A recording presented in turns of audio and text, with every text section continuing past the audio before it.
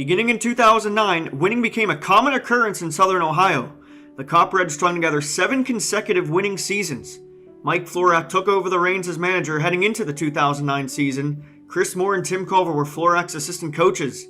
The 2009 Cheads posted a franchise-best 18-16 record and made a playoff run to the team's first ever GOSCO title game.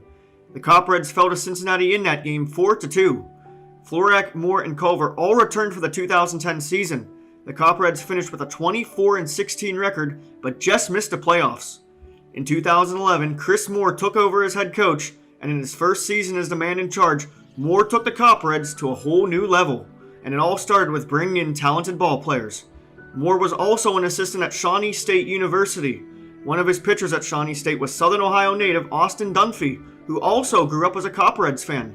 Yeah, I would drive through there on the way to my games or passing through the area for whatever reason. I would see the lights on, and I remember being real young, and I would ask my dad, like, hey, what's going on over at Ohio University? And he'd explain me what the Copperheads were. And a lot of people who may watch this may know, for 12-year-old kids, when they learn what the Copperheads are, it might as well be the big leagues to us. So that's kind of how I felt about it.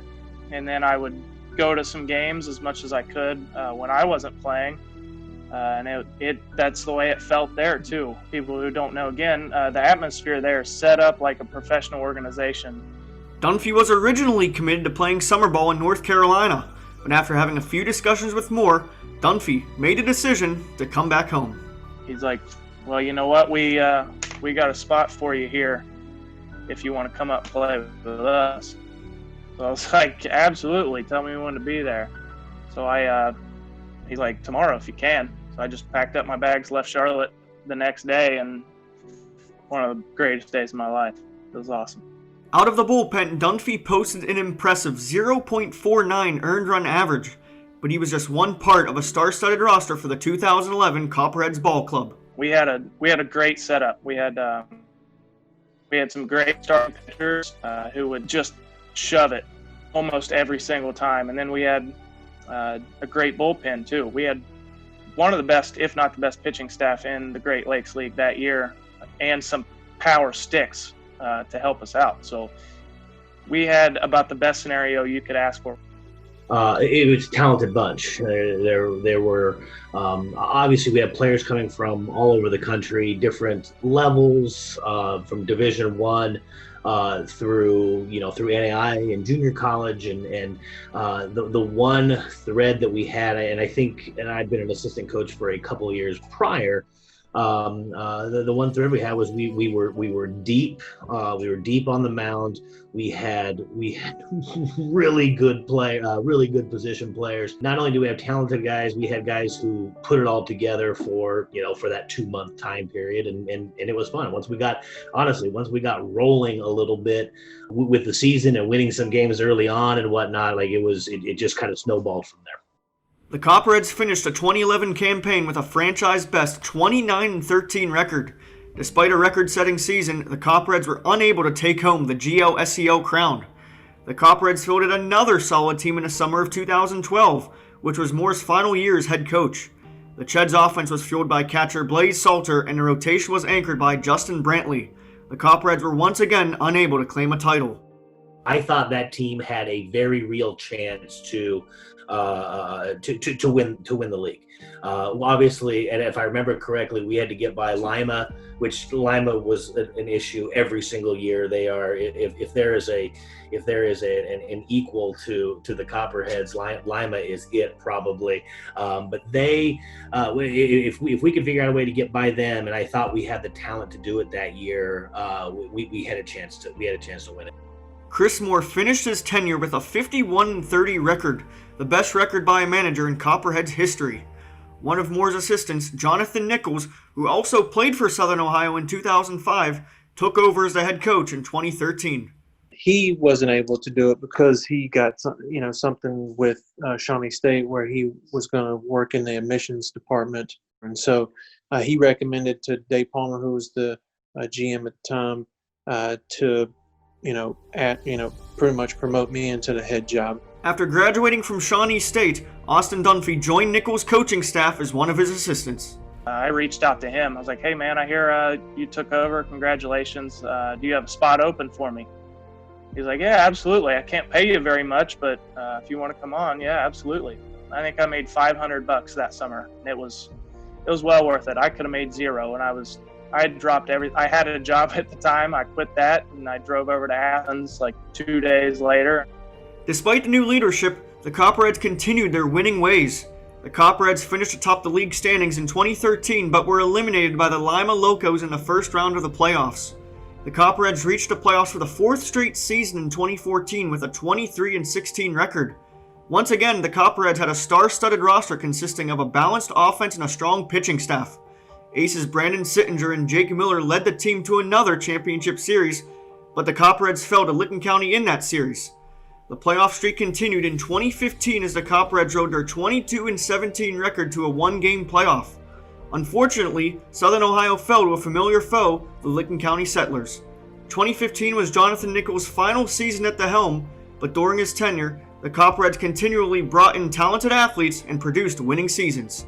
Coach Moore did a great job leaving me a good roster that first year. And then the next 2 years, we were very fortunate enough with the connections that, Coach Florak and Coach Moore had along the way. We kept those going, and we was able to get good players from Michigan State, from Southeast Missouri State, and just all over. We were able to get some kids from Santa Clara. And so all those guys come in, and you're tasked with the job of trying to get them all to play together as a team and play up to their level. And so we just created a really relaxed environment.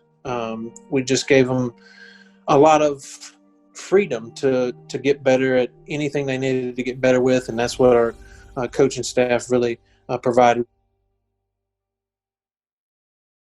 Phil Butler took over as head coach in 2016 and remained the head coach in 2017.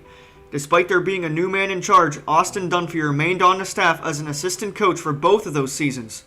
With a coaching consistency and winning baseball in Athens, the fan base continued to grow and more players wanted to be a part of the unique Southern Ohio Copperheads experience. The atmosphere in Athens, the community, the fan base, the organization, the word gets around to those players, and then they want to come and play for us. So it's kind of word of mouth, and then reputation, and then the community that surrounds the Copperheads every single year. Man, you're like minor celebrities when you come to Athens. You walk down Court Street, people know who you are. Ultimately, because we were able to bring them all together and house them all together, and because we were able to get more stability in the coaching staff, so a head coach could go back to the same school he went to last year and maybe get one of the good players he had last year, or get some other guys coming, and ultimately it blossomed into a more of a tradition of winning.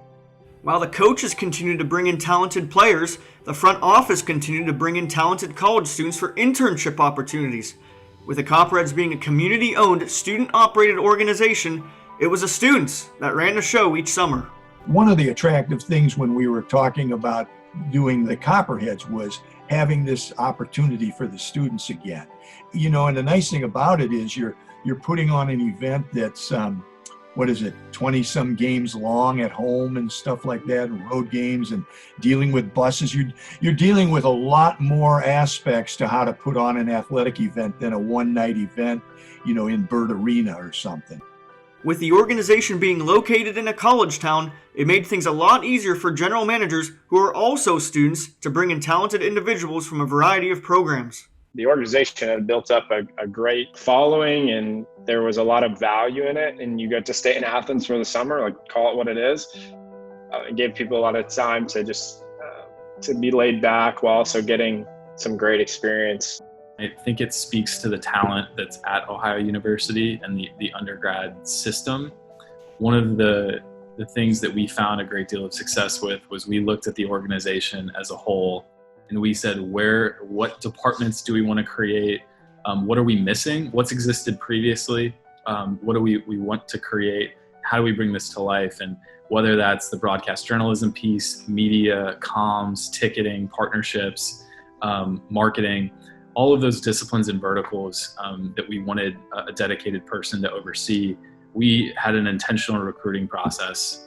So whether it was speaking to undergrad classes, leveraging faculty for recommendations, it was a beautiful way to get to meet a ton of different students from various backgrounds.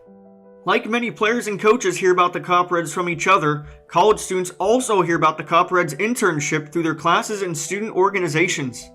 I knew a lot of people through WAB, Gridiron Glory in Hardwood Heroes specifically, who'd worked with the Cheads.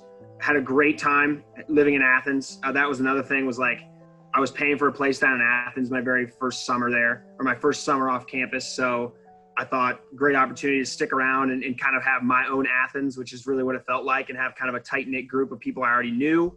And once all the directors and interns are hired, it's time to play ball.